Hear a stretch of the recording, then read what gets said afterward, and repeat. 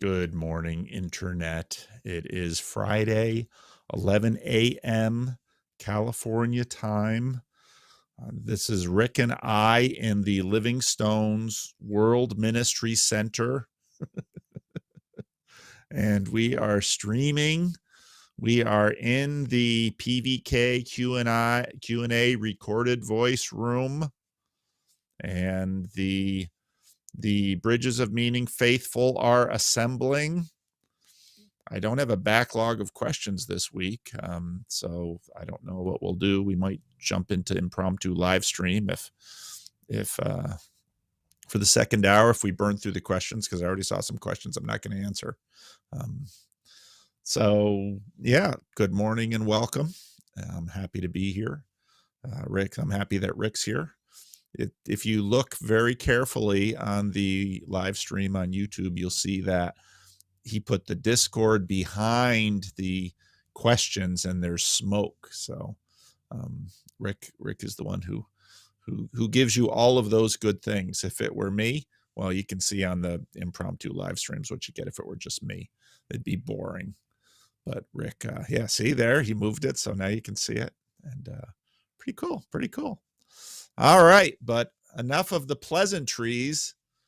I guess we'll do the Q&A, and then we'll maybe get into some live conversation about.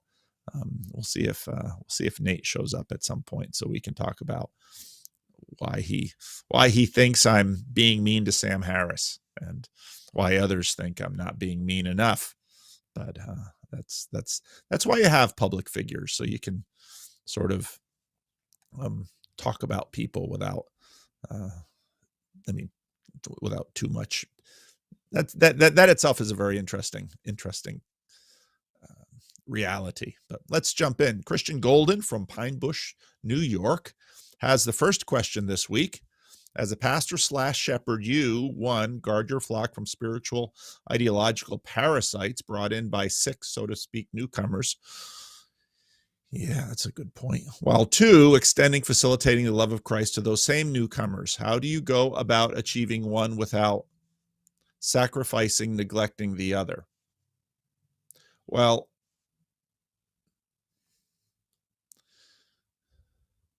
we're all carrying parasites.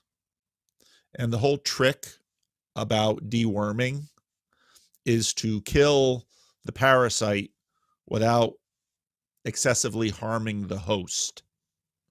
And so I like the way that you framed this question. It's pretty cool. And so a lot of this is the basic work of the church.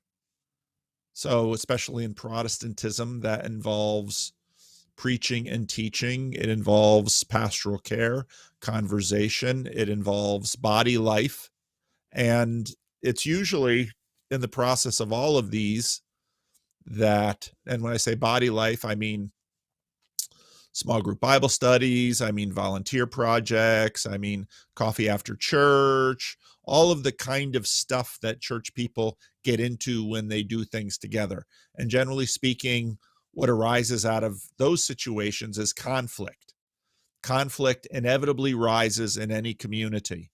And it's in the setting of conflict that you can actually begin to address the parasites that we all carry. And that's sort of what pastoral care and theology and church life is all about, addressing those parasites, hopefully not only leading to the greater health of the body entire, but also the greater health, spiritual health, even physical health of the individuals within the body. And so it's all about sort of patient listening, talking, nudging. You very quickly begin to realize that some things in us aren't resolved in one conversation.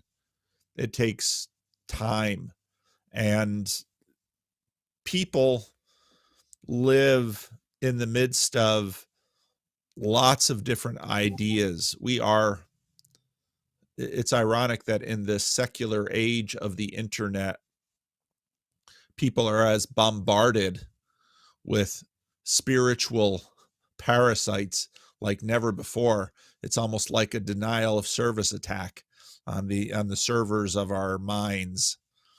And so in a church, you get into the body life and you listen to people talk, and hopefully people engage. And the more they engage, the more you actually, there's lots of different metaphors that you could use for this, but the more you begin to bind together and to love one another and to work through all of those kinds of issues.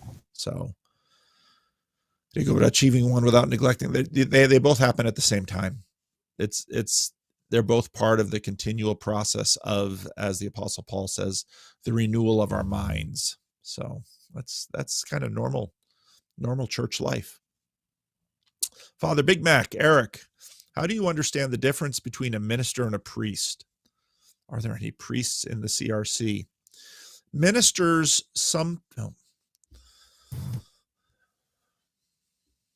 that's a really good question. And the fact that I say it enough should mean that I'm better prepared for this question than I am. Ministers, okay, I'll go back to the Heidelberg Catechism.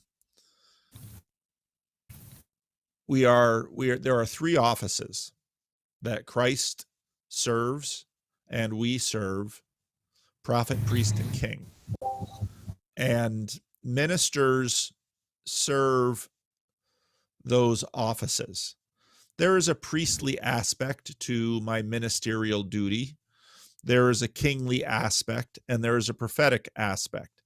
Now, I wouldn't say that these are, I'd leave it to you to decide whether Roman Catholics have those same offices within the title of priest.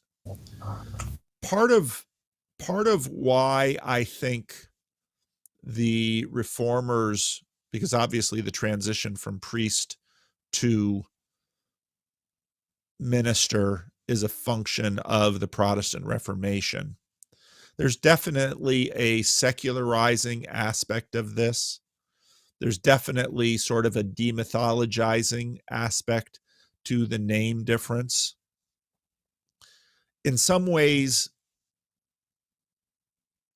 ministers are, the fact that my title is a minister of the word, I think, is a little smaller than priest. Priest is very much an intermediary, which is why you often call priests father, because in some ways the priest stands in. Now, if you look at the theology behind ordination in the Christian Reformed Church, there certainly is that priestly aspect, but the church has decided to not forefront that priestly aspect. There's also in reformational theology an anxiety about language of temples and priests that very much are sort of from the old world. There's a big anxiety in the Reformation about the Mass as a sacrifice. So again, in a Protestant, generally speaking, even though people still use this language in Protestant churches plenty, people will regularly look at the front of a Protestant church and talk about the altar. But if you look at altar, temple, priest, all of that language is obviously a recapitulation of the kind of machinery that Protestants like to emphasize was accomplished in Christ. And so Protestantism definitely psychologizes, and in a lot of ways, there's definitely a Gnostic tendency to Protestantism. And so it tends to psychologize all of that. And so the movement away from priest to minister is all part of that. I suspect there's also some statism in the minister language. For example, if you go up to Canada, they have MPs, they're ministers of parliament. We don't call in the United States our elected officials ministers. So these different words conjure up different worlds. And so when you get into something like women in office, which is where I often point to this difference, there's very much something different between a priest and a priestess in the classic world. And so when C.S. Lewis wrote his essay on priestesses, which is even in the 1940s, they were discussing the ordination of women as Anglican priests. And, Anglicanism is always sort of this midway point in some ways between Catholicism and Protestantism. I probably just got in trouble with Anselman. So I'm trying to pull up my, come on, copy to clipboard. No, I don't want to copy to clipboard. I want to see it. View on YouTube. There we go. So I can see the chat room. So when I get in trouble with Anselman, he'll, I'll know it. So those are some of the things, but Eric, this actually might be a cool, you and I have never really done a conversation. Maybe we should do one of these days. And this would be a good topic. Now, again, there's so much. People will sometimes call me father. Even Christian Reformed people will talk about the altar as the front of the church. Oh, thank you, Anna. Thank you very much for the super chat. Giving Rick his exercise. So there's tons there, and I haven't really explored it. So I don't know, Father Eric, if you've got any thoughts. I see that you're in the chat room. So yeah, I was really interested. So when I was studying Thomas Aquinas on ordination, I was surprised to learn that his first identity of a priest was as a mediator, and that sacrifice was a part of mediation. And I'd heard, that the identity of the priest was to offer sacrifice kind of prior to that from reliable sources. But he went straight for mediator first, and then that was the first thing that you went through. So there's a potential for a really interesting conversation there. Yeah. If you look at the Heidelberg Catechism, and especially if you look at some of the drama around certain questions and answers, usually that involve the Roman Catholic Mass, there's been a pretty active conversation between Reformed and Catholic theologians with the question as to what degree did Protestants strawman the Roman Catholics with respect to the sacrificial nature of the Mass. And the Christian Reformed Church in recent years, much to the chagrin of some of the Hispanics who grew up in Latin America, has really backed off and said, when we talk to Roman Catholic theologians, they're not violating the spirit of what you find in the book of Hebrews, that the Roman Catholic Mass is yet another sacrifice, when in the Christian Reformed Church, the symbolic connections between the Lord's Supper, as it's usually called in the Christian Reformed Church, and, obviously the Passover and the sacrifice that's referred to in Exodus as the Passover. I mean, all of those lines run together, and the dominant atonement theory in the Christian Reformed Church has tended to be penal substitutionary atonement that you can find in the Heidelberg Catechism. It's clearly a sacrificial symbology. So there's just been a lot of repairing bridges between the Catholics and certain segments of the Reformed community, which I celebrate. But I think the selection of these words is not incidental, and I do think that the the turning away from priest and the turning towards minister has everything to do with the anxiety of Protestants about idolatry. And that gets into a lot of the issues we talk about in this little corner of the internet in terms of symbolism. And I was probably unwisely getting into a little bit of back and forth in a particular listserv, and someone basically mentioned, the current moral panic about Christian nationalism, which I look at and say, yeah, it's usually Christian imperialists. This gets into the next question. It's usually Christian imperialists that complain about Christian nationalists. But the Protestant move has been to, in some ways, cover and even sublimate all the symbolism, which, and so, in some ways, bringing crosses and specifically Christian symbolism out into the Capitol Mall to wage political battles is in some ways very non-Protestant.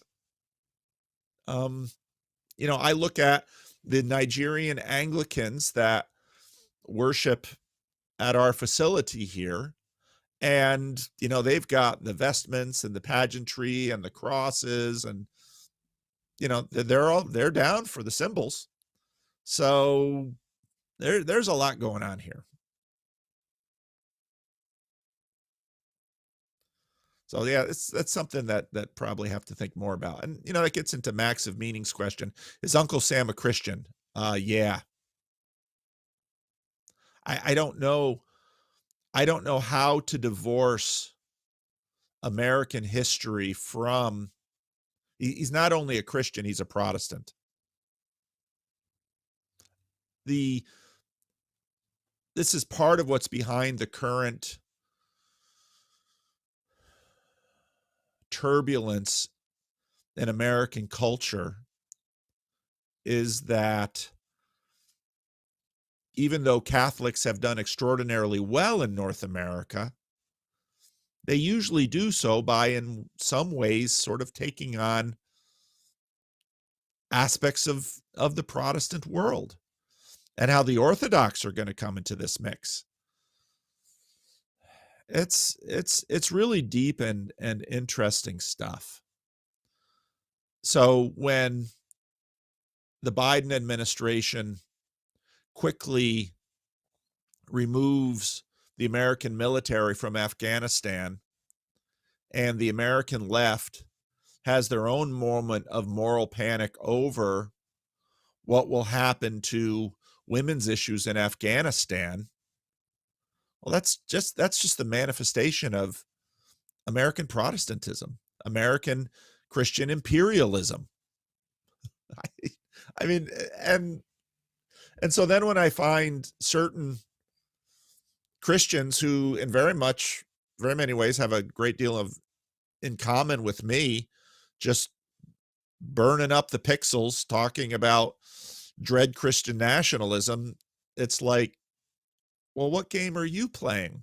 You're just playing, well, we're gonna make sure our Christianity is totally covered up. And well, America's been playing that game forever. So yeah, Uncle Sam is not only a Christian, he's a Protestant. Anybody else want to weigh in on that? Well, I mean, was it Jonathan Haidt who couched the difference between the political sides as globalists versus nationalists, right? Or, I mean, the same parallel, between urban and rural, and there's you can cut the cheese, or you can slice it up, in a number of different ways. But I do think there is the sense in which, the people who are so concerned about nationalism are in some sense globalists, and not necessarily in a good way. But they pretend like theirs is, of course, right. Theirs is good and right. Yeah. All the nationalists And are horrible people. yeah, and I kind of want to, I don't know if I'm going to respond to this person on this listserv, but partly because I don't know how much of a back and forth I want to get into. I'm not sure it's worth my time, but this is within my own denomination and within my own sub-tribe of my own denomination. And I'm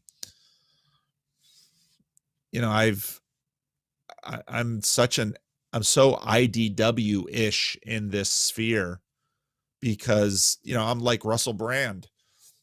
I'm a right winger now. And I know many of you will say, no, you're not anywhere near right wing enough. And, I take no offense at that, but okay, you're afraid of Christian nationalism. Please tell me what game you're playing. Well, we're just doing what's right. Oh, okay. There's no religion in that.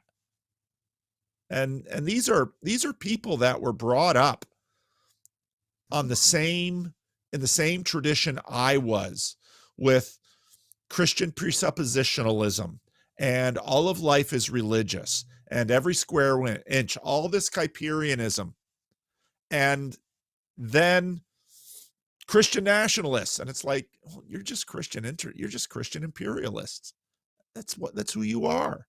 But to say, if I were to tell them that they're imperialists, they'd be, I'm not an imperialist. Well, what game are you playing when you want to export your values to Africa and Asia and all of the places that are resisting all of the different ways that you set up the world?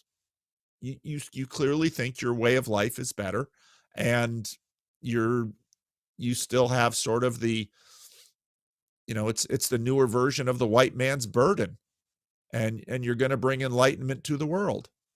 And if you need troops to sort of enforce it or protect it, you're willing to do so at the bloodshed of your enemies. That's empire.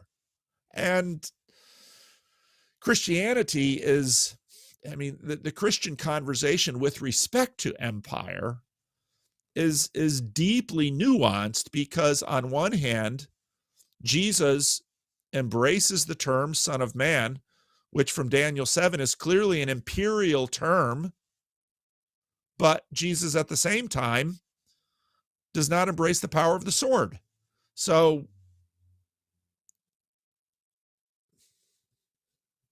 I watch this intramural debate in American evangelicalism, and I just kind of shake my head, and I'm not sure exactly if I want to get into it or not, or how much I want to say, but I just get disgusted by it, because I'd be less disgusted. I'm disgusted with my own tribe, and I think they should do better. But I think we just get lazy and caught up in the enthusiasm, and we stop thinking, and we stop caring, and we stop loving.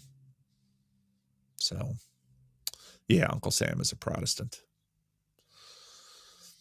Is the purpose of memories for hope?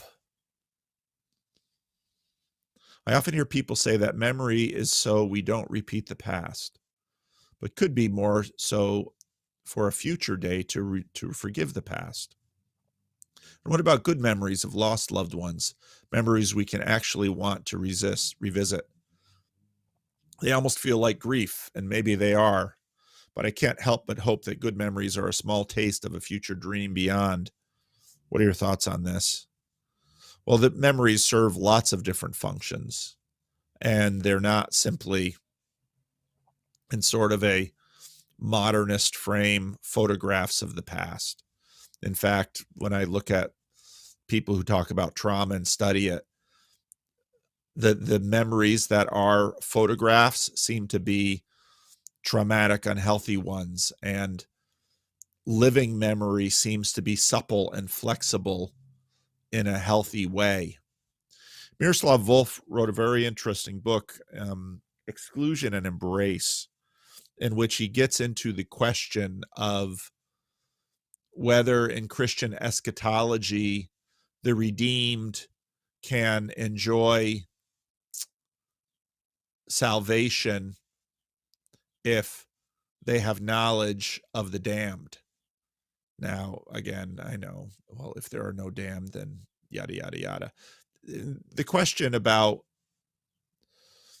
heaven and hell has everything to do with, is there loss, and maybe if you're a universalist, delay in the final redeeming work of God through Christ. Listen to Peugeot's conversation with Nathan Jacobs yesterday. Fascinating. Wish it had gone 2 or 3 times as long. Nathan's an interesting guy. He's tremendously knowledgeable. He's well versed. I appreciate him partly because he got his PhD at the theological seminary of my denomination. So he's obviously familiar with my subculture and with the language of my tradition, even though he went Orthodox. So I always benefit from listening to him. Memory is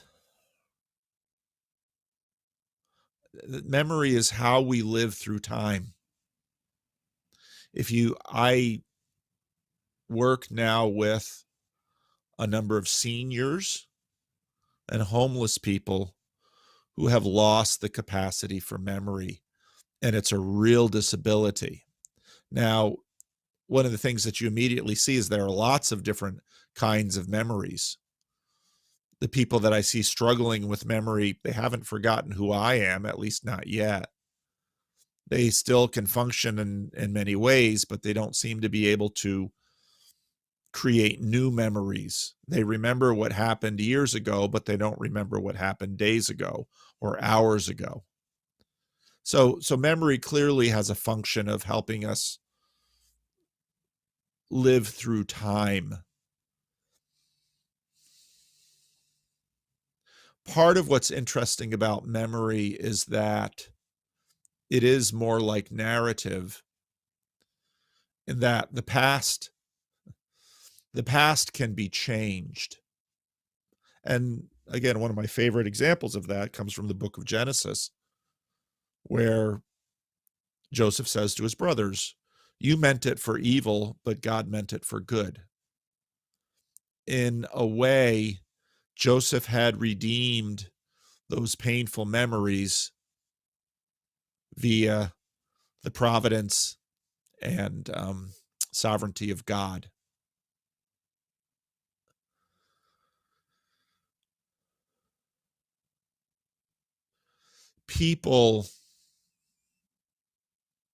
Memory, it's very interesting when Jordan Peterson talks about the fact that when we look around, what we're in some ways looking at are cartoon visions of our memories. It's very interesting if you pay close attention to what you're seeing and perceiving, how much you regularly miss. We see what we anticipate seeing, and it's only when something grabs our attention that we see something else. A lot of people, in terms of how they are able to relate to one another, do so on the basis of memory. Who you are to me has everything to do with my perception of our history of interaction, or perhaps the reputation that was given to me before you and I had any person-to-person interaction. So certainly memory is to help us navigate through time and through change. And that then gives it the possibility of being a tool of redemption and of healing. I find that in conflict. So I've this morning I was reading C.S. Lewis's collective sayings of George MacDonald. There's some powerful stuff in there, my goodness. In one of the early ones, he said some really powerful things about forgiveness. So often when I look at people who have deeply tragic relationships with one another, a huge amount of that is an inability to forgive. That's especially true in marital relations and familial relations. So much is lost in this world because we can't forgive.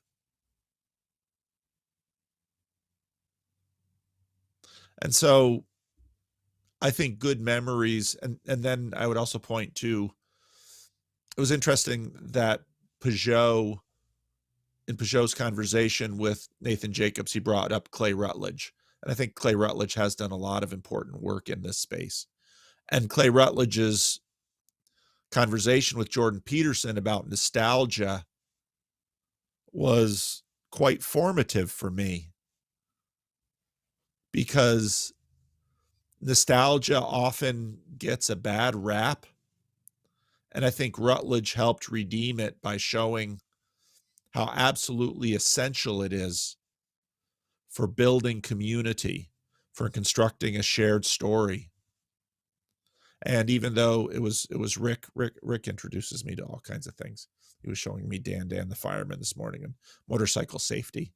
And Rick confessed to me that he spends more time on Dan the fireman's Discord server than the Bridges of Meaning Discord server. So I don't know if Rick needs Bridges of Meaning discipline. I don't know, but Rick introduces a lot of South Park to me. So the member berries. And I think they're just devilishly clever, those people over at South Park, because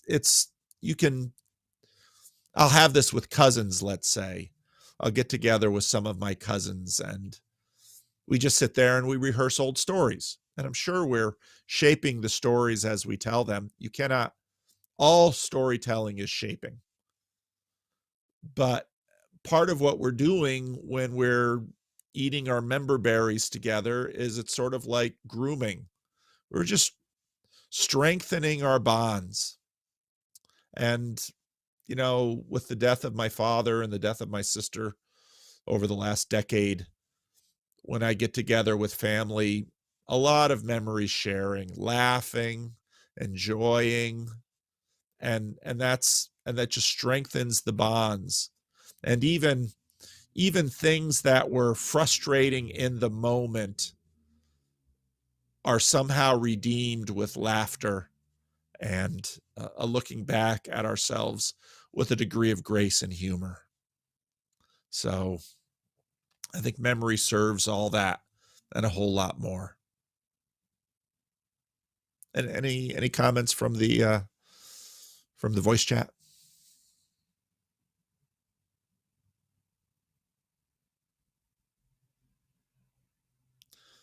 I fear I put them to sleep.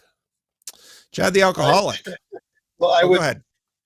It's funny you say that. I would say that memory is like dreaming.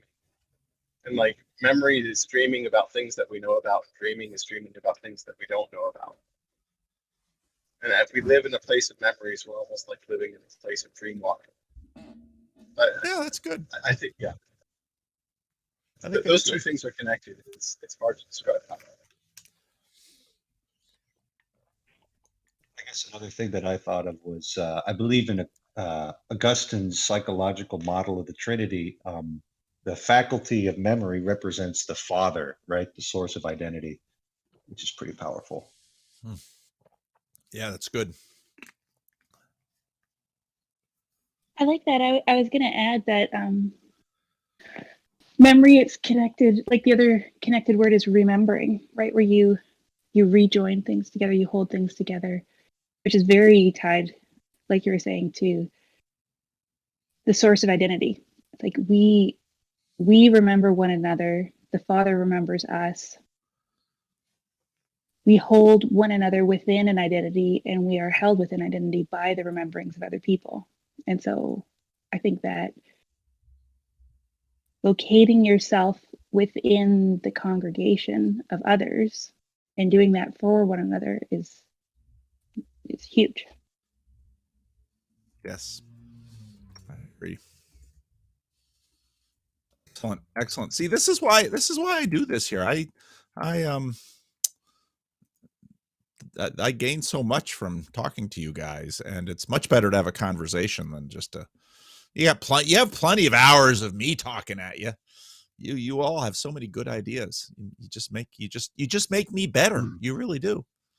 So. Well, and if you can't see your father, if you're unable to, I'd suggest a fourth step. And if you'd like to know more about that, hit me up. Okay. Thanks, Chad. All right. Question from Chad the Alcoholic. When you see what's happened with legacy media mishandling their responsibilities over the last several years, social media, crowdfunding outlets, and culture at large wildly losing their way, what do you think of? How do we move past this insanity as a culture, community, society?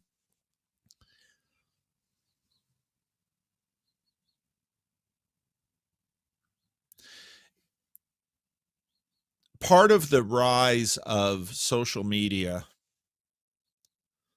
has been exposing mass media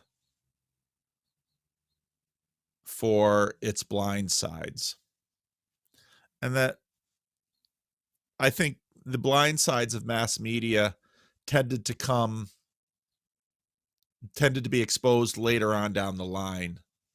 And now it's happening more quickly.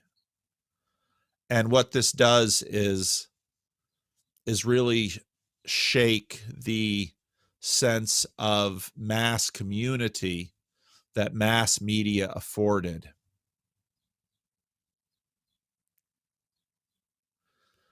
So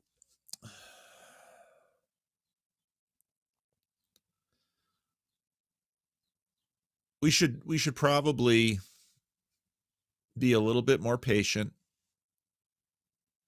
a little bit more forgiving of each other. We should speak clearly and boldly, but act slowly.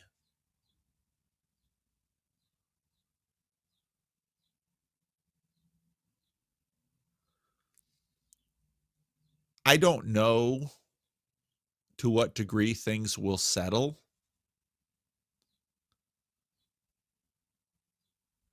So much of what has changed in our world is because we have grown in power through technology so quickly, and that's accelerating. So yeah, all of the people out there that have said our power has grown faster than our wisdom, I think they're right. And so I think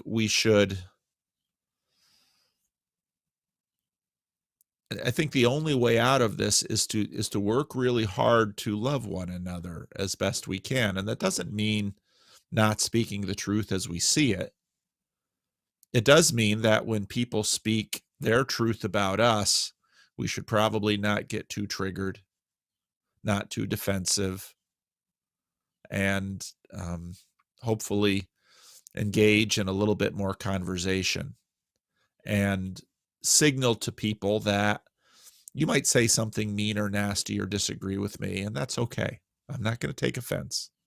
I'm not going to lose my stuff. Your words don't scare me. Let's settle down and talk about these things. And so I think that's the only way through this. And we have to work on that. Paul, Yeah. I'm going to have to disagree. Okay. While I love all the Christian charity, what I think is part of the problem right now is that people are abusing our Christian and charity and forgiveness and, love. And frankly, I mean, yes, there is a place for that. But if somebody's not going to accept an apology, I wouldn't give them one. And if they're the type of person who doesn't accept apologies, then I wouldn't accept their apology easily. and we keep on giving people. So I get very frustrated with what I see being people who are actually using your charity and kindness against you. Against me personally? Including you, but I mean, for example, the whole Sam Harris thing. No, I'm sorry. Sam Harris is supposedly a public intellectual, and a public intellectual saying stupid things is not a public intellectual. He's a public font of idiocy. Well, and I don't have a problem with, with stating what we believe with respect to these things. Would be against locking Sam Harris up. Or taking away his microphone. But he needs to be told, you're not an intellectual, you're just dumb. Yeah.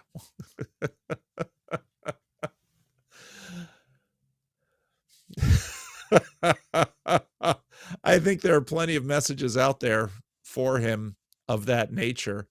They don't accomplish much. So, and I think we all work on this way by deciding, I mean, part of me wants to keep working on some of this Harris Peterson conversation because there's some elements in there that I found interesting. Other parts of me say, don't pay any attention to Harris at all because I don't know that he's worth it.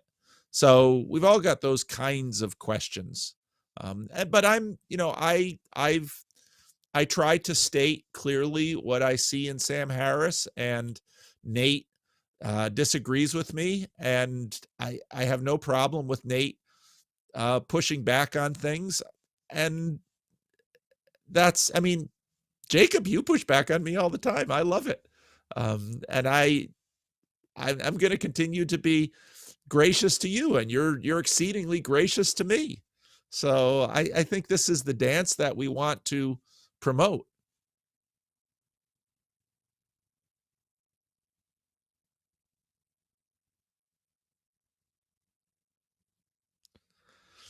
So yeah, and figuring out this dance is really hard. And because, another video, there's always 10 videos for every one I wind up doing. And whether I do the right one, I don't know.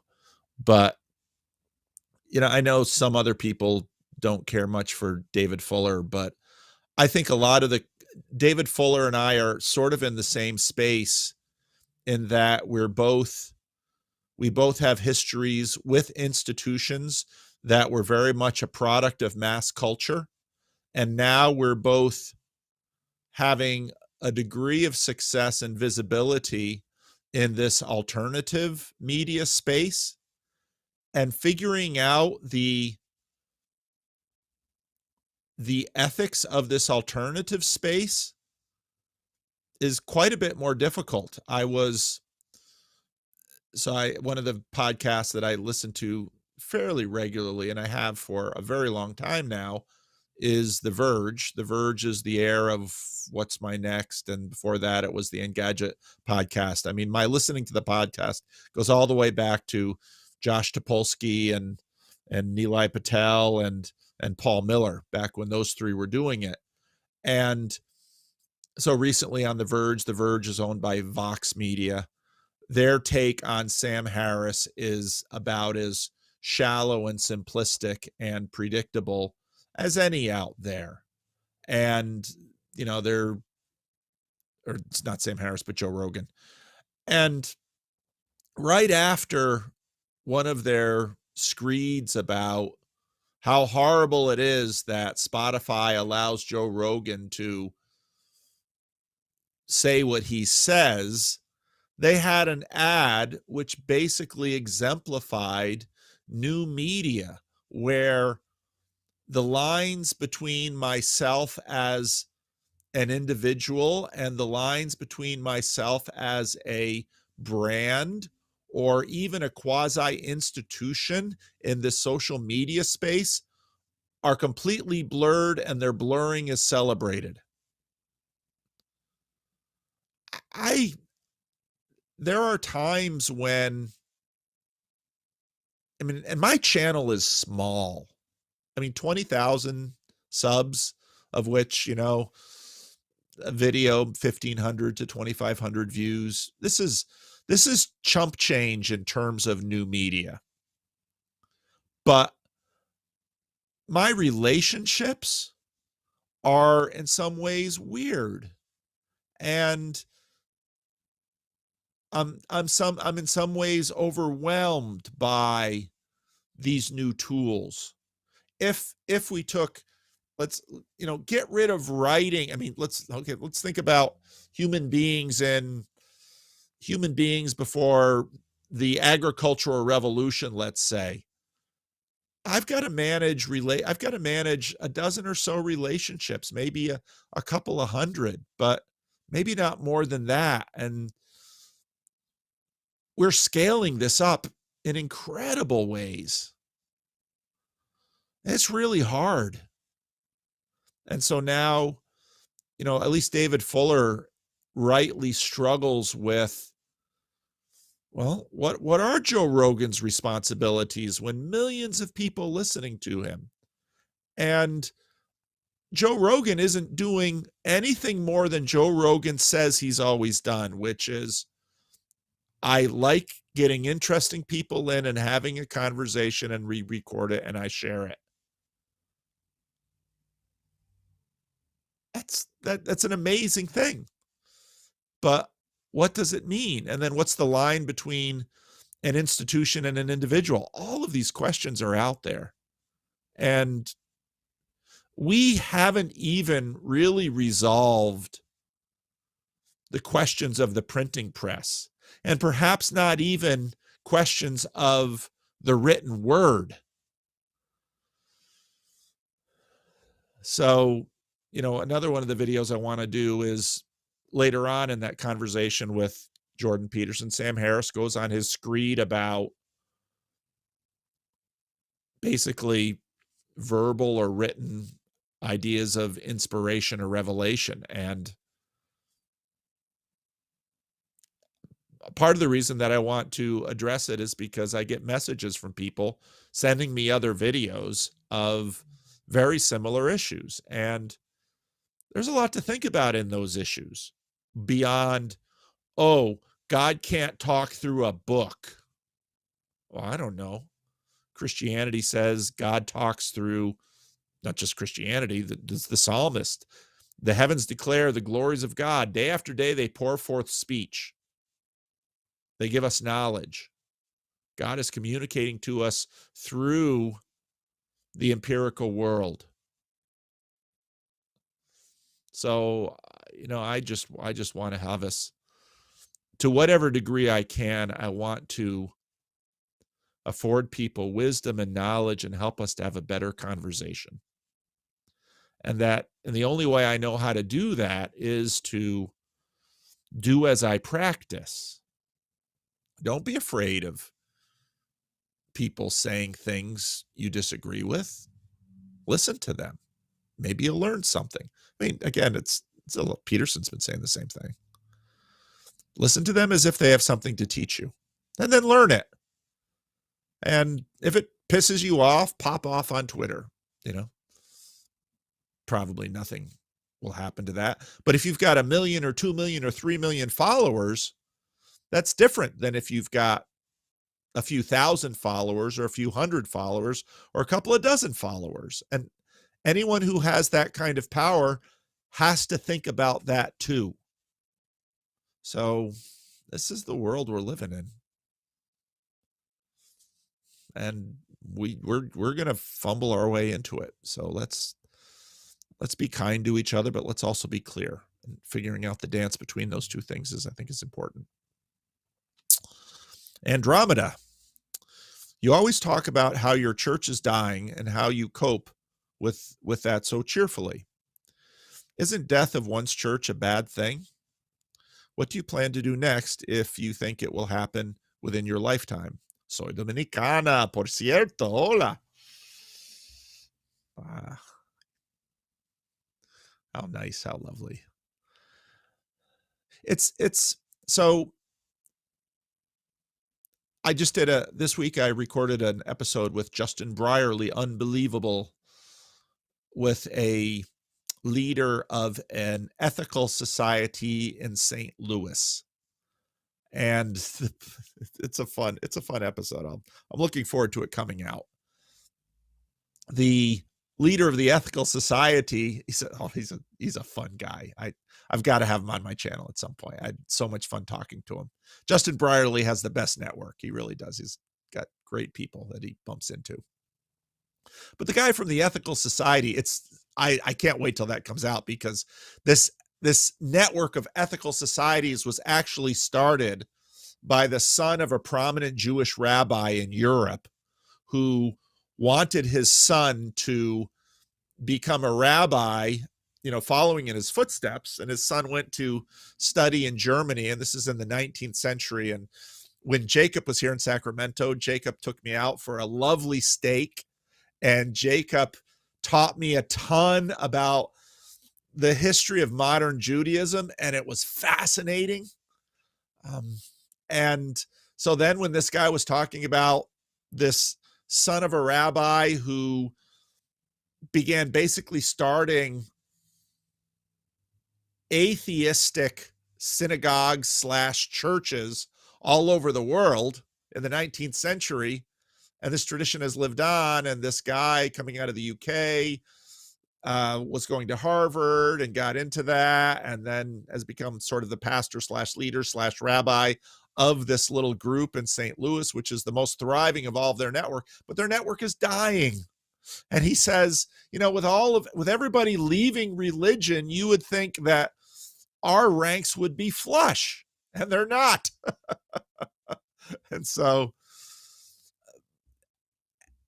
but I have, and we talked about this, I love Living Stones. I love these people here.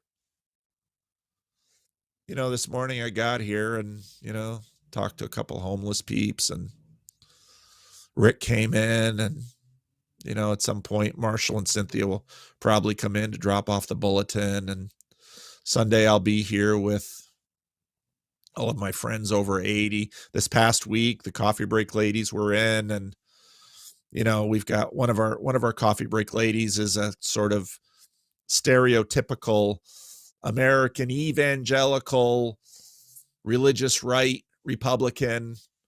And she's in this group with a lot of these black women who've never voted for a Republican in their lives, and more white women who are kind of all over the map. And so, they don't agree on vaccinations or COVID or politics or anything, but they get into that room and they study the Bible, and they love each other, and they fight and they argue. And every now and then I have to go in there and tell a whole bunch of women the age of my mother to stop behaving like children.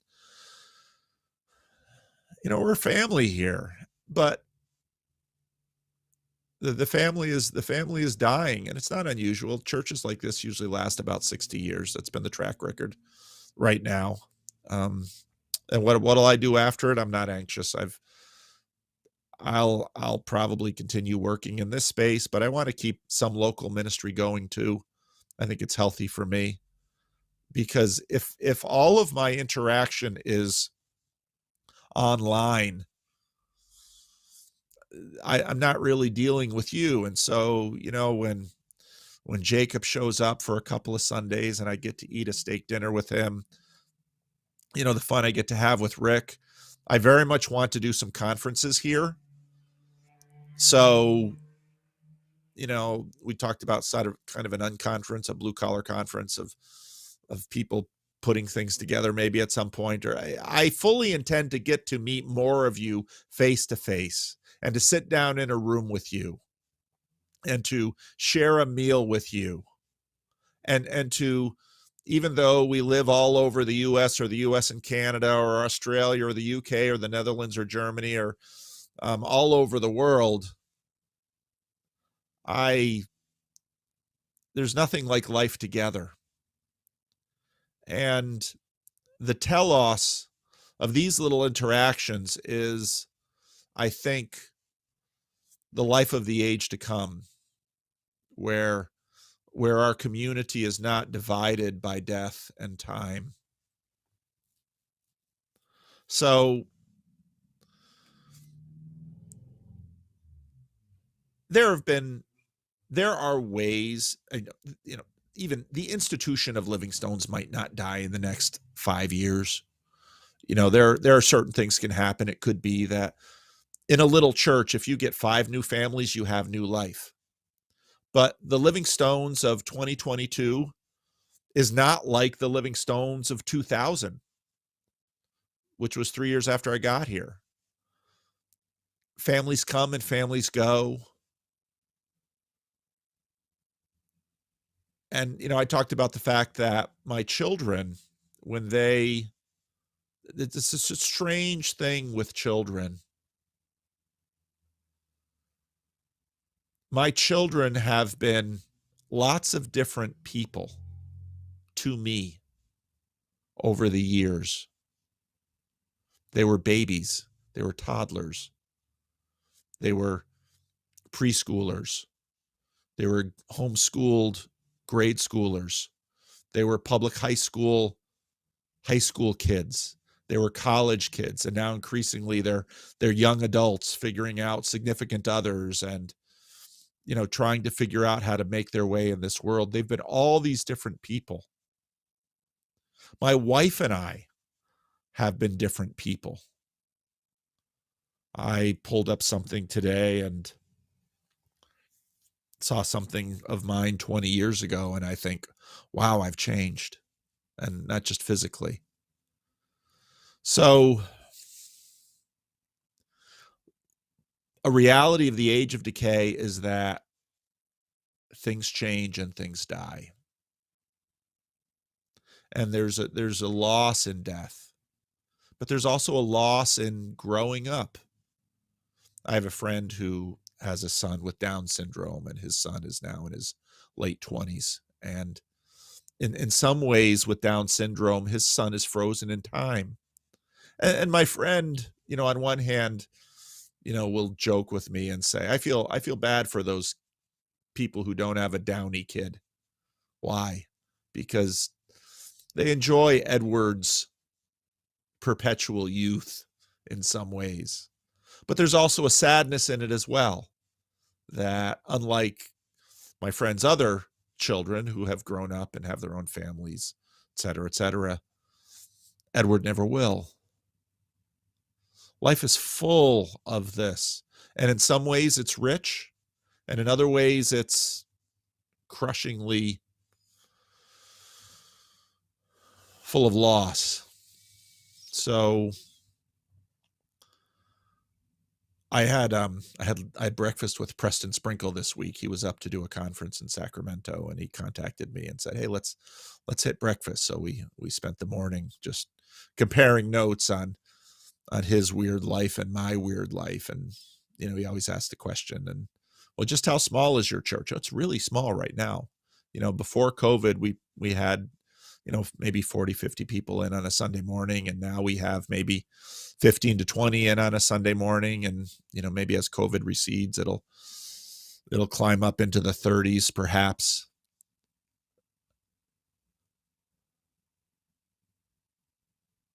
It's not a bad thing. But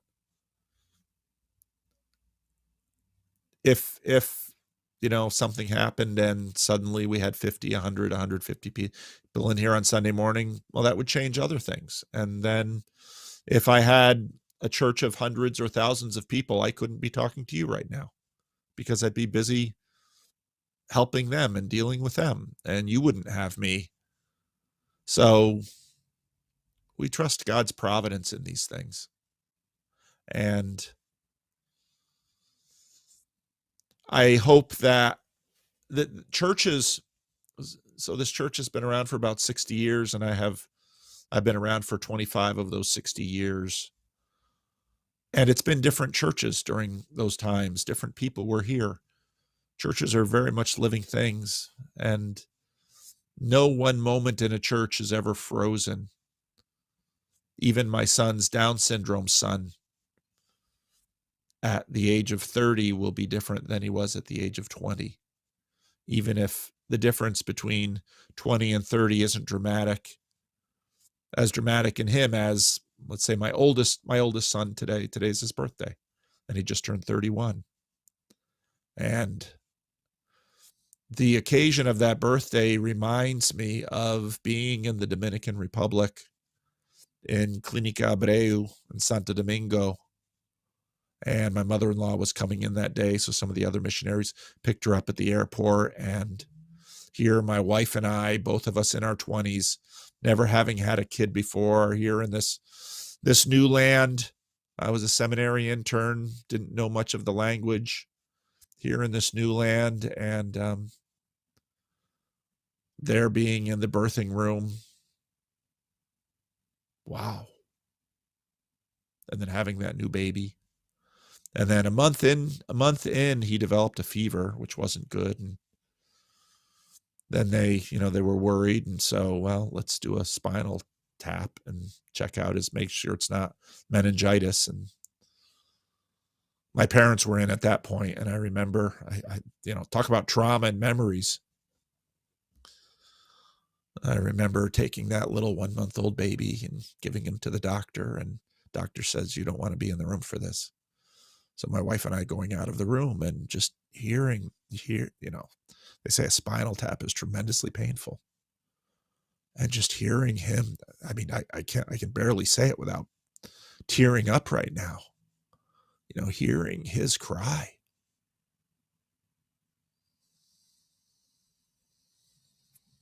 And going on to have 4 more kids after him. That's what this world is like. It's good and bad. And the gospel offers us hope. So, living stones as it is now will die. Most of the people here are now well into their 80s. And gosh, I've been their pastor for 25 years, and they've been my friends. And I've got personal histories with many of them. And as a pastor, there's a degree of intimacy that you have with people, because people will tell you their stories, and they'll share their ups and downs. They'll share their fears. They'll share their hopes. And as a congregation, we live through them together. And it's a precious, precious thing. But it will come to an end. And because I have no plans on leaving, I will bury these people. 2.5 years into this church, there was a much larger, better established, higher profile congregation that was pursuing me quite aggressively. And I decided to stay here. And I knew that if I stayed here long term, I would bury my friends. I'm on the young end of this congregation. Rick can attest to that. So I will bury my friends. And I will do the best I can in sending them out of this world, framing their lives in a eulogy that will honor them and see them into the next. And it's a tremendous honor to do so. And every time I do a funeral for a friend, it's this strange mixture of privilege and grief. But I wouldn't trade it for anything, because they're worthy of a good send-off. So, Runaway. A lot of people are hoping for a more enchanted world where story and reality meet. Stories that become participative. Don't we already have those? You're exactly right. We do. It's just that story was sort of story has been disrespected. And there are, so I've been watching, my wife and I lately, we've been going through the canon of Survivor on Paramount Plus, and we're currently in season 25. And there's a three-peat guy on there, Jonathan Penner, who's a writer. I have to look him up, see exactly what kind of a writer he is. But I really enjoy him in the game because he is a writer. And in this particular season, there's a Lisa, I forget her last name. She's from The Facts of Life, a silly little sitcom from the 80s. And she comes in there as a 49-year-old woman who doesn't want people there to know she was famous as a teen actress. And she's got a lot of baggage, or she's not baggage, but she's working through things on the show about fame and people pleasing and her youth and all of those kinds of things. And Penner, as a writer, just does a really nice job of, on one hand, framing her life, seeing her, listening to her, but also trying to work her through the game so Penner doesn't get voted off the island. And I was watching that last night and just thinking about this power of story writing, what a power it is. So yeah, people, what are people wanting when they want the world to be more enchanted? I think it very much addresses the meaning crisis, and it very much addresses this loss of agency that we feel. And I think this has everything to do with Sam Harris and his worldview. Because as I mentioned in the video that I released this morning, and as is mentioned in a video that I'll release probably this weekend, this interesting conversation I had with a young man who's starting his own channel. And he, again, is sort of typical of this space in that he's come to Christianity after Harris and Peterson and Peugeot and myself. And so much of what he talks about is the nihilism. And I think what this language is all getting at is we have agency and we have power, and we want to participate in these stories, and we should, and we have to. And with a backdrop of nihilism, it feels like enchantment. So, no, you're exactly right. You're exactly right. And I also agree with you that, oh, Rick's back. Katerina Kuhn, $10. Read comment. Where's the comment? Oh, there's another one. Oh, no. I have to run back. You got to run back, Rick. You're behind here. Run back and write it down. Okay, I'll get to that after I finish this question.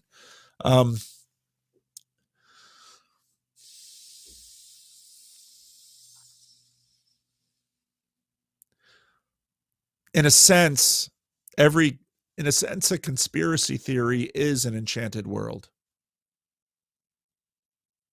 That what governs this world are not the strict mechanics of cause and effect, as in the whole show, as C.S. Lewis calls it, or in this locked-in materialist world that Sam Harris talks about.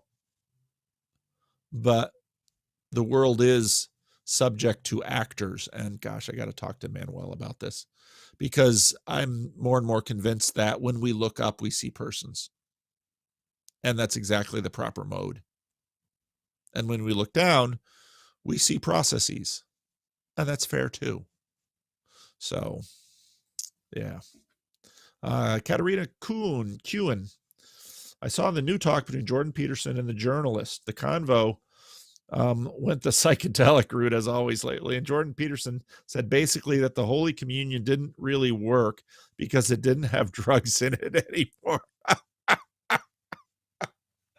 I think there are millions of Christians out there that disagree.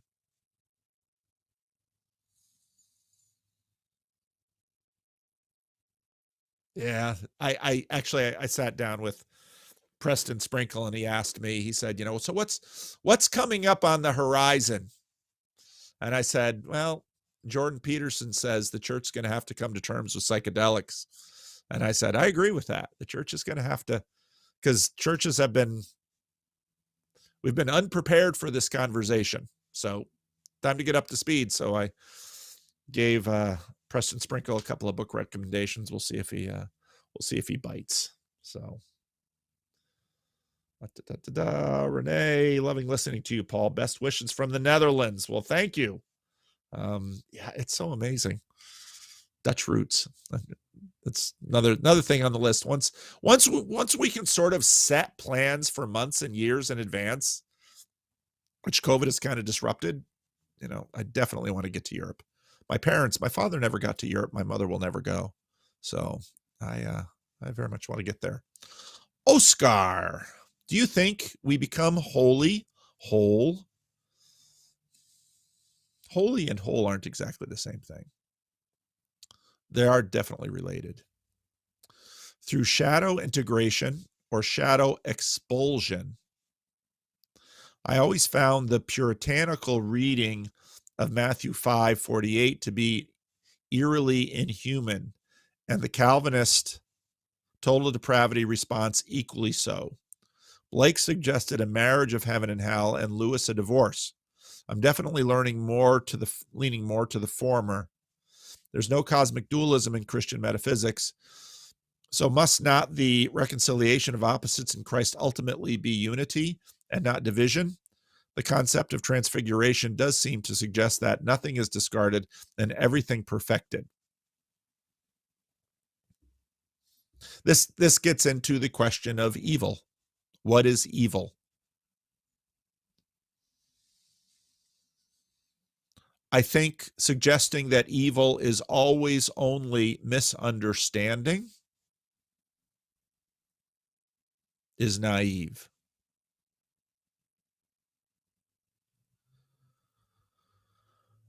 I think part of the tensions that you're pointing to have to do with the fact that some things which are evil to us aren't really evil. They're part of, there's so much here. One quick way into this is asking the question, who is the angel of death that passes over the Hebrews in Egypt and kills the firstborn?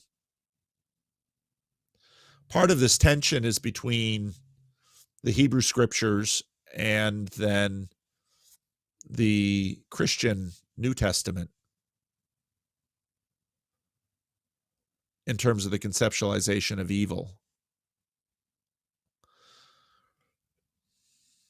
Again, if you start reading the collected works of George MacDonald that C.S. Lewis put together, I'm only 10 or 15 into them. I started going through them and it's like, whoa, I got to slow down. Each one of these little nuggets bears reading and pausing and meditating rather than just running through them. These are hard questions. And I would say, number one, that evil is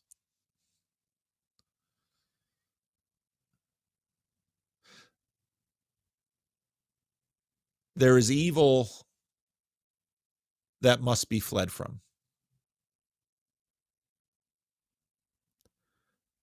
I think when Rebel Wisdom or Jordan Peterson talk about shadow integration, I don't think that's exactly the same thing. And I think Jordan is right. When Jordan, and Rebel Wisdom to a degree too, but when Jordan talks about integrating the monster, he's almost always misunderstood, but he's pushing back against something that Jacob reacted to, and I think rightly so, when we talked about how we deal with one another. And the God of the Bible picks and chooses, judges, condemns. I mean, let's look at the story of Achan and Ai in the book of Joshua. God doesn't send an angel to come down and do therapy with Achan. The ground opens up and swallows him and his family. Now, we tend to read this and are like, oh, that's wrong. Oh, okay. So you believe there is right and wrong and God's on the other side of it. Think about that carefully. Because if you can be more righteous than God, then you are in a world of trouble that you are not fully appreciating, because the relative reality, strength, and power of you with respect to God is not even close. So if that is the case, all is lost. That's a good question. PK Josh, should the body be subject to the spirits of this union? Should the man lead the woman? Spirit in this union, should the man lead the woman?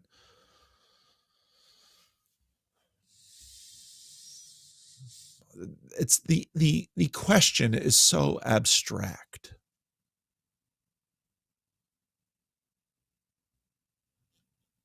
And in the abstraction, it's elevated. And usually in moments like this, these kind of abstractions lead to sort of weirdness. It's like saying, take no offense here, because should the man lead the dog? Now, obviously, a woman and a dog are in two different, very, very different categories. But if you have a dog and you have a trained dog, let's say for hunting, or a bloodhound, the dog should lead the man. Or is the man leading the dog because the man has trained the dog to hunt down a certain scent? There's all these little tricks of language. So I think in any mature relationship, the two parties should figure out how to dance.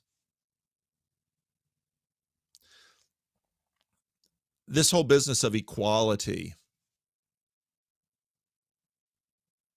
Another one of the videos I want to make about the Sam Harris Jordan Peterson conversation is linking it up to John Vervaeke's talk about levels of being.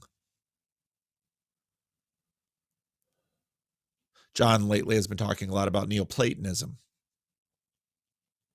Neoplatonism is very much within a tradition where we talk about levels of being.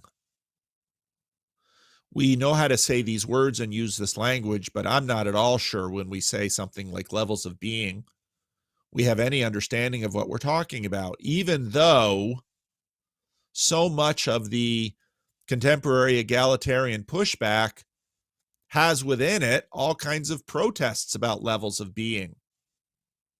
And when Sam Harris, in a little segment in that conversation, talks about knowing the world, Vervaeke's very much addressing that aspect, because in post-nominalism, all things can be known. Everything is just objects. All knowledge is public knowledge.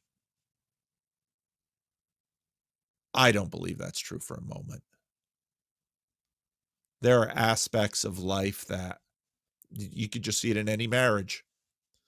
And there are all kinds of sayings about this. Every marriage is a culture, is a language that only two people know. Nobody but my wife and I know what it's like to be in our marriage. My kids have an idea. So after my wife and I, my kids have an idea, and the further you go into this thing, my perspective on our marriage is also different from my wife's perspective on our marriage, which is also different from our kids' perspectives on our marriage, which might be also different from a marriage therapist's perspective on our marriage, on and on and on and on and on and on we go. And so we take these little abstractions and I see these games played in the church all the time, and a lot of it is game playing. So people know better. And if we know better, why do we make silly sentences that are intended to win over our rivals? So it's hard stuff. Well, questions have kept coming in. All right, this whole business about Zechariah 4 and the olive trees, go ask Peugeot.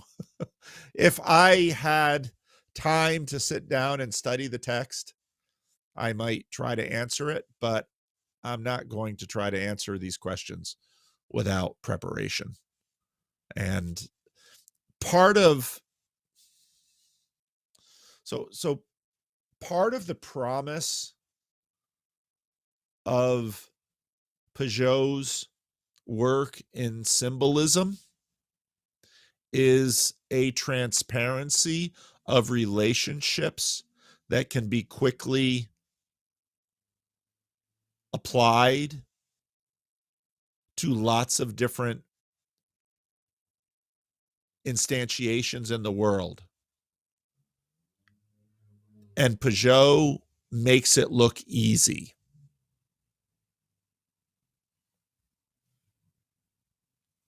I'm not a symbologist. And so I'm not even going to try to answer. Julian. I love Julian's little picture. There's this little bubble, and then there's little Julian right in there with his plaid shirt and his suspenders. I love it. I love it. I've been listening to some podcasts on the 1960s, and I was struck by the spirit of optimism of those times. Ooh, I'd love to know which podcast you're listening to, Julian. The sense that a new age is coming, old is passing away, and also by some of the similar themes of those cultural moments to what this little corner is about. Yeah. For example, the focus on ecology, religion, and science, spirituality, reconnecting with roots, embodiment. The most obvious overlap is the critiques of technology, materialism, modernity that this little corner is also focusing on.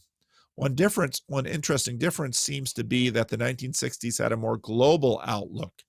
Imagine all the people living in peace. Yeah. I remember the 60s. I was born in 63, so I don't remember it real well, but I remember the later 60s. 7-year-old can remember. While the current moment is more localistic, what do you think is the relationship between the current moment and the 1960s? Well, I think, you certainly hit on one of it. 1960s was, Julian, if you want to read an interesting book, you can read George Marsden's The Twilight of the American Enlightenment, which very much talks about this transition from the 1950s to the 1970s. The 60s was very much a romantic pushback against the modernity of the 1950s. And there was a tremendous amount of optimism. And in some aspects, rightfully so. I mean, Jim Crow was getting pushed back. Congregations in America, like where I grew up, we were living out the new dream of white and black living together. I mean, that was my youth. That was the gospel I was raised in, that white people and black people could live together and worship together and enjoy each other and learn from one another and enjoy the relationships. And it was wonderful. But 60s led to 70s. And in some ways, the 70s were you began to see that some of what people rushed into, they did so naively. So when I told Preston Sprinkle that, you should probably get up to speed on psychedelics, find out what's going on in that conversation, he was like, well, what about the 70s? It's like, yeah, the 70s. The 70s followed the 60s. So part of what's different today is that there's a sobriety that, free love and free drugs made for some really unhappy families, divorce in the 70s, children whose parents were neglectful or irresponsible, had a very different opinion of their parents' liberation.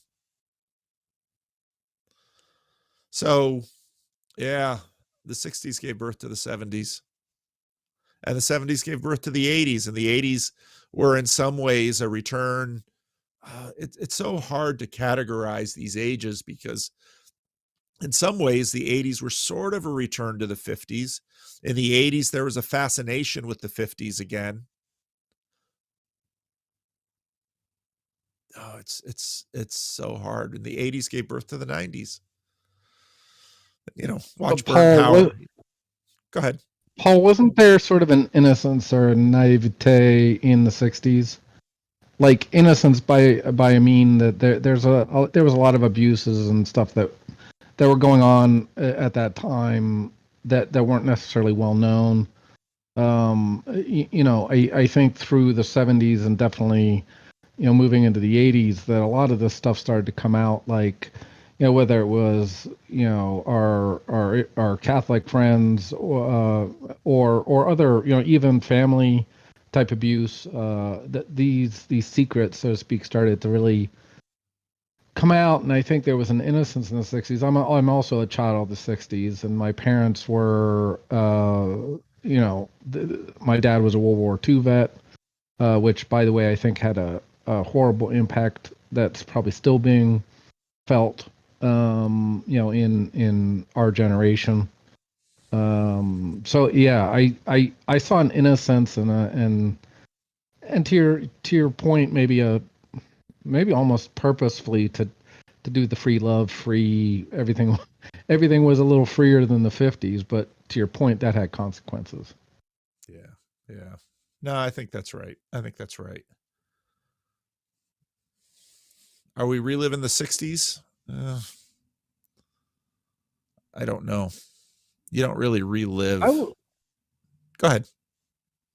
I would say no, Paul, only because I think there was still a respect for religious belief, and maybe I'm just being naive or idealistic, but my sense in the 60s was, yeah, there might have been some pushback, but I still think there was some level of interest, and maybe just in certain, I'm from the States, so maybe in certain places. I came from Pennsylvania and then moved to Jersey, but maybe in urban areas it was already starting to move more towards atheism or whatever. But my sense was in the 60s there was still some level of respect for organized religion, and that seems to have shifted pretty far in the 2000s. Yeah. There's a YouTuber, David Hoffman, who has been a filmmaker for a long time, and he's got a lot of videos on his channel, which he protects pretty carefully.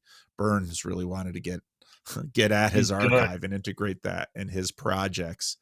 But there's a lot of stuff from the 60s that are really very real. And part of what we're dealing with is that a lot of people today, let's say your age, Julian, your picture of the 60s is a pretty selective picture, because the 60s, in some ways, unsurprisingly, were a lot more like the 50s than the picture of the 60s that is given today is portraying. And so if you go to David Hoffman's channel, you can really see some interesting conversations and a lot of good stuff from the 60s and 70s and 80s. I mean, just look at the change of the Beatles from the beginning of the 60s to the end of the 60s. In some ways, the 60s don't really start until 65 and they go to 75. And in that way, the 50s really sort of go from 45 to 65, and the 60s go from 65 to 75, and the 70s, bleed into the 80s. So there's a ton there. All right, Jothan. Some short questions. Oh, look at that. Joey celebrates you. You're rather tall. You're rather tall, all things considered. Could you dunk while playing basketball? No, I'm tall, but not athletic. Not terribly athletic. My sons came. I have one of my sons is my same height, and he could dunk. And but his older brother was a little bit better at basketball. I'm not sure if Jared would like me saying that, but Philip became quite good at basketball. He practiced a lot. Presuming you pray a lot, where do you often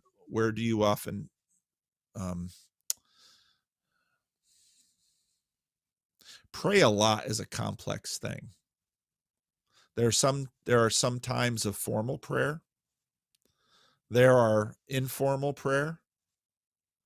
I pray for my family. I pray for my church. I pray for what I do here on YouTube. I pray for people, especially when asked. I pray the Lord's Prayer a lot. Lord's Prayer is a good prayer. It sounds silly to say, but if you want to learn to pray, you could do a lot worse than the Lord's Prayer. One of the things that I'll often do is I'll take the Lord's Prayer basically as a structure, and I'll pause at each line and sort of fill in the gaps of how do I want to see thy kingdom come and thy will be done on earth as it is in heaven. And I'll meditate on that and pray on that. And then give us this day our daily bread. Pray through those anxieties. Forgive our debtors as we have forgiven those who have trespassed against us. Okay, who do I need to forgive? What do I need to be forgiven? And so use the structure of the Lord's Prayer to guide your prayer life. I often just wind up praying for people. There are people just call me and we'll talk for 5 or 10 minutes, and then, Pastor, can I have a prayer? Absolutely, that's what I do. And so people ask for prayer, I pray for them. That's what we should do. What is the CRC's relationship with saints? Protestantism sort of wanted to universalize sainthood. And so what Protestants will say is that all Christians are saints. Yeah, that's true. But there are Christians who are exemplary in certain aspects than others. And again, Protestantism is a reaction. It's an attempt to reform the church that it was pushing back against.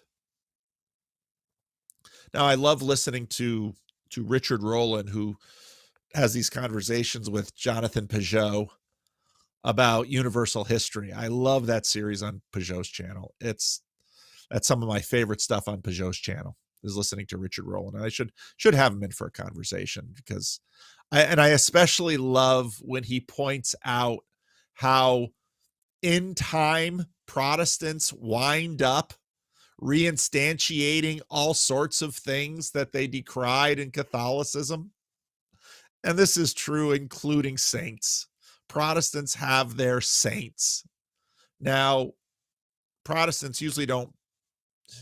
Do Catholics pray to their saints? I don't think that's the right language. And again, there's been so much unfair bickering between Protestants and Catholics. It's just so cheap and easy to mischaracterize your rival and then to throw Bible verses at them. And so what I've been doing over the last few years has been such a blessing, because I've had so much more exposure and conversation with Roman Catholics that it's like, we're we're getting at a lot of we're trying to get at a lot of the same stuff, but we're going through different means. That isn't to say that there aren't some substantive differences in some cases, but before you know it, Protestants are setting up statues and they're putting up buildings and they have their saints. So I look forward to the day that the protest is over. And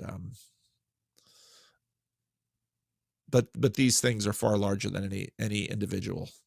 So many thanks, and God be with you. God be with you. Yeah, CRC has its saints: Abram Kuyper, Herman Bavinck, Johanna Veenstra,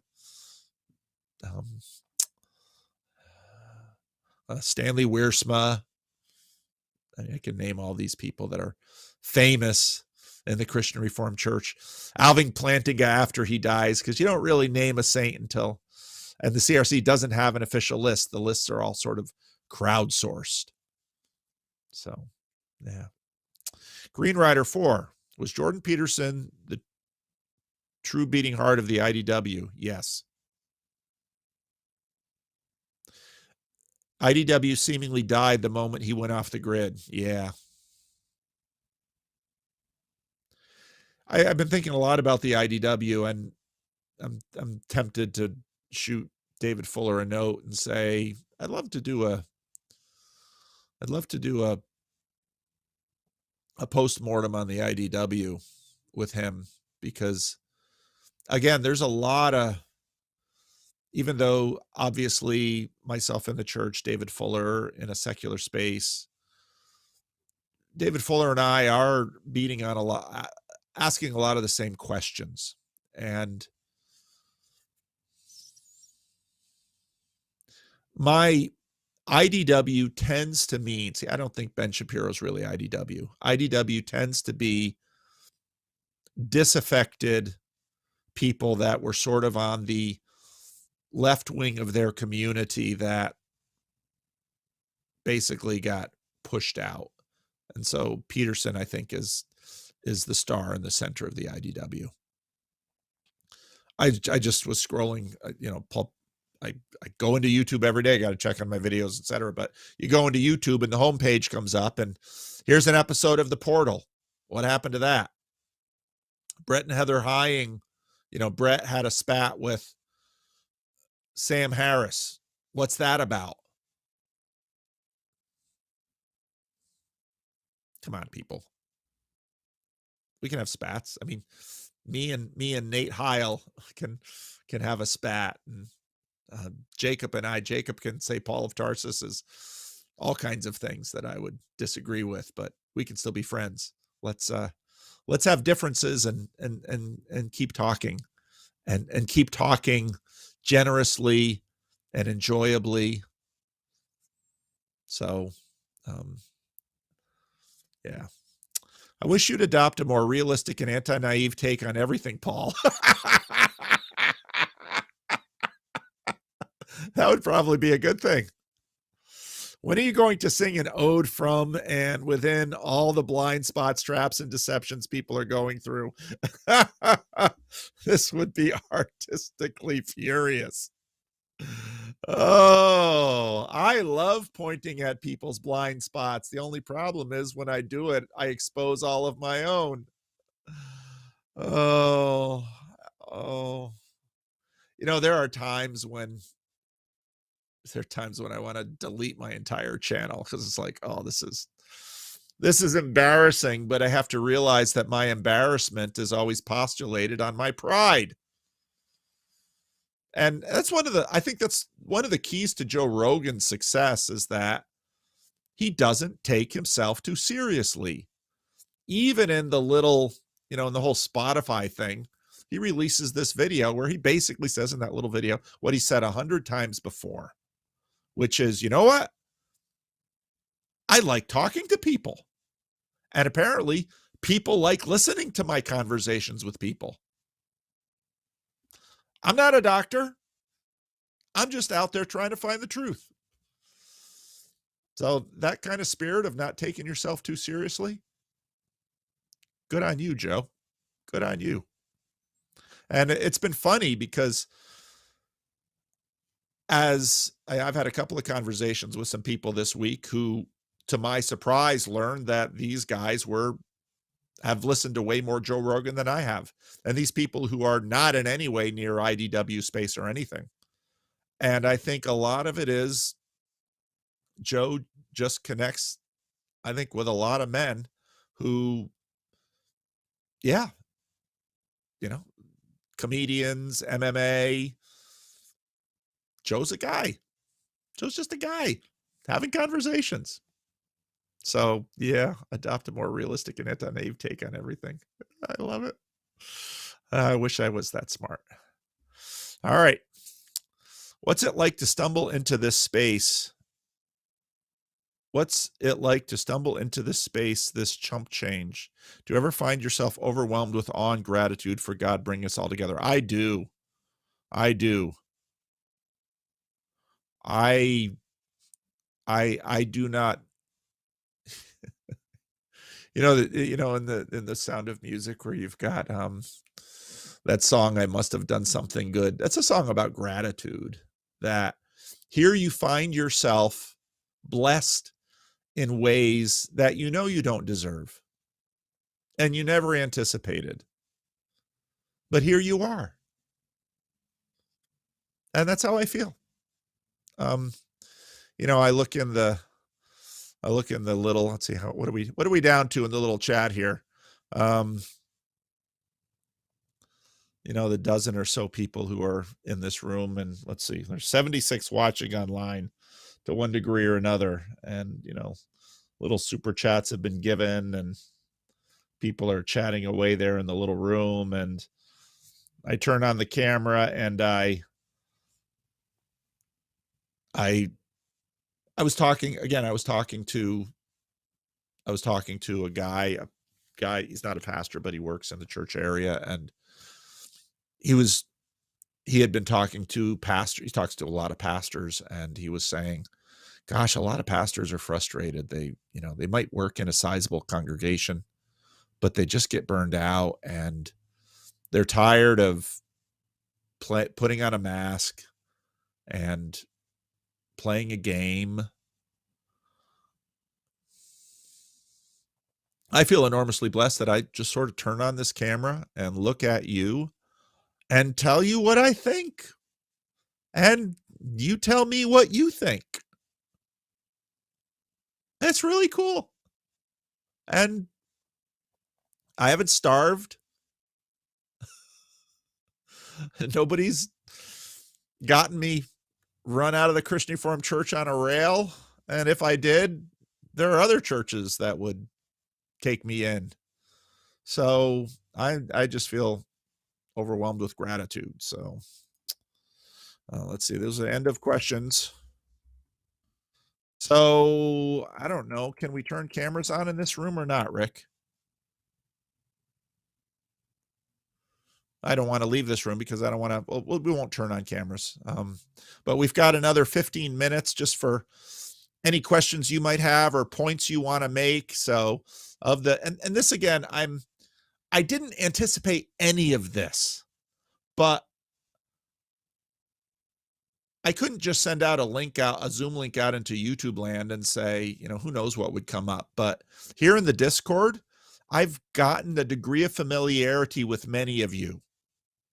And so I feel at home with you. I feel comfortable with you. And so that's why I can just stream this out on my channel. And, one of you can turn on your mic and say what you say. And I'm not anxious about it. So we've got 15 minutes. What do we want to talk about?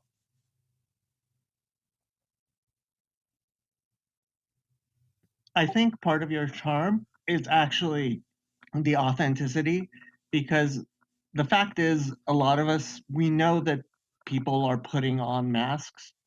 And I think that's part of the reason why, like, listening for hours and hours to Rogan or to you helps us be confident that you're not just putting on a mask and showing us something, that you're actually being truthful and honest. And that's something we want. Yeah. Yeah, I think it's that's almost true. what we need sometimes, man. I would love to hear you'd have a conversation with like 4 other guys at once that are pastors. These guys that are saying things like, I'm tired of wearing a mask. I'd like to see them pull their mask off right on your show. That'd be great, dude. You know how amazing that would be for people who are probably desperate to hear something like that? Like, oh, these people are actually people. They're afraid too. Yeah. Yeah, there's reasons for masks though. True. And that's hard. Yeah, I mean, you of all people. Nobody wears a mask more here than you.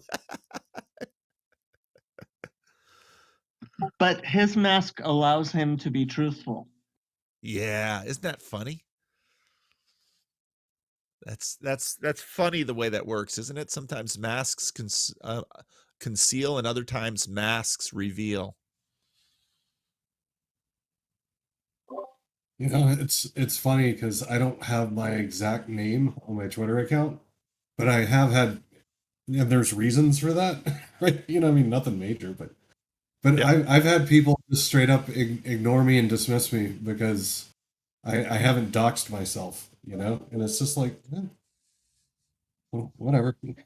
You know? And that's part of this weird world we're living in.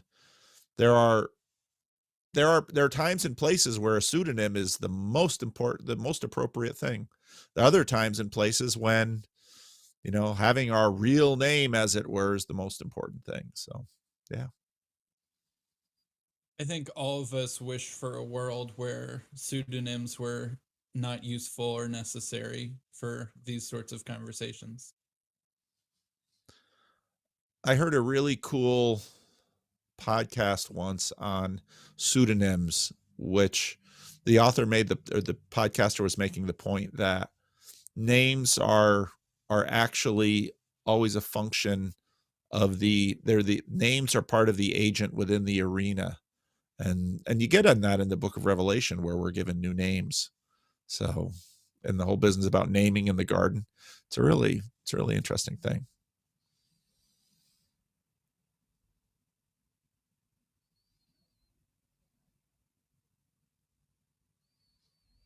See, it's funny because Rick and I have noticed this too.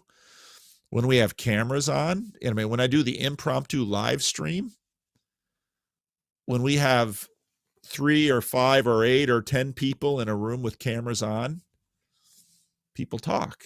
And when we have us in this room with cameras off, now there's lots to that. I'm not saying it's a bad thing. I'm just saying part of it, I'm sure, is that some of you are working and, you know, you've got your phone or your computer in a room and you're over here doing this, and then you come back and it's, you know, we're sort of AM radio, but when you've got the camera on, except for Manuel, who goes all the way back to his apartment and then comes forward to make a point, and he's got his Bluetooth headphones on the whole time. So no, Chad, I very much agree with you. I wonder why I got so lucky. Okay, here's something that's a little off topic. But I was wondering, okay, so we know you know how to write. Have you ever considered writing fiction at all? I don't think I would be any good at fiction.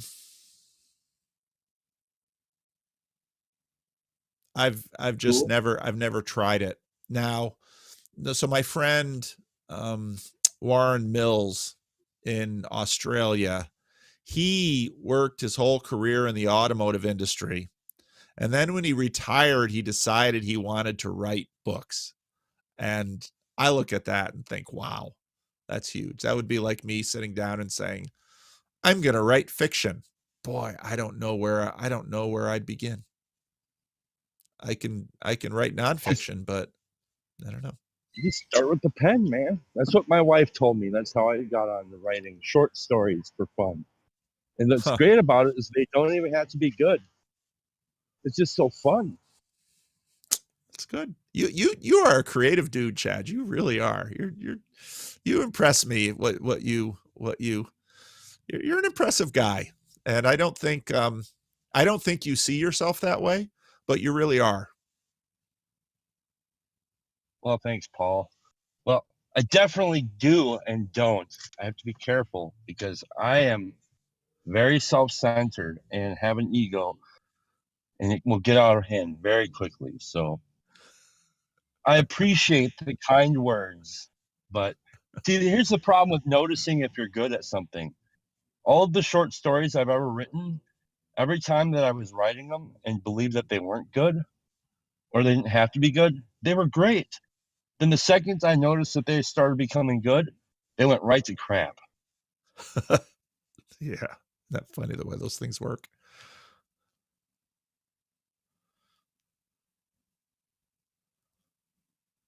So here's the thing: if people don't talk, I'll just keep talking. I'll eat up the rest of these 9 minutes, people.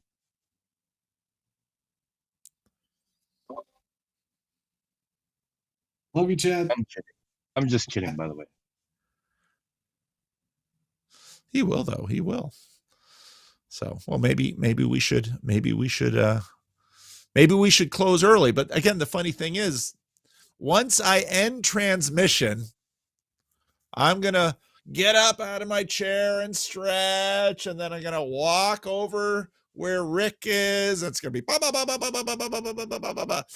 and y'all are gonna keep talking, which I think is great. So, all right, well, that's, I guess, how it's got to be.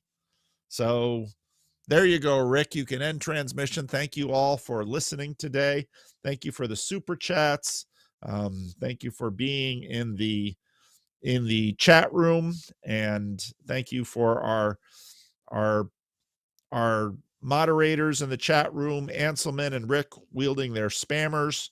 That's what it is in the UK. They're spanners. And thank you all for joining us here today. And so I expect I'll see you next Friday, 11 p.m., same time.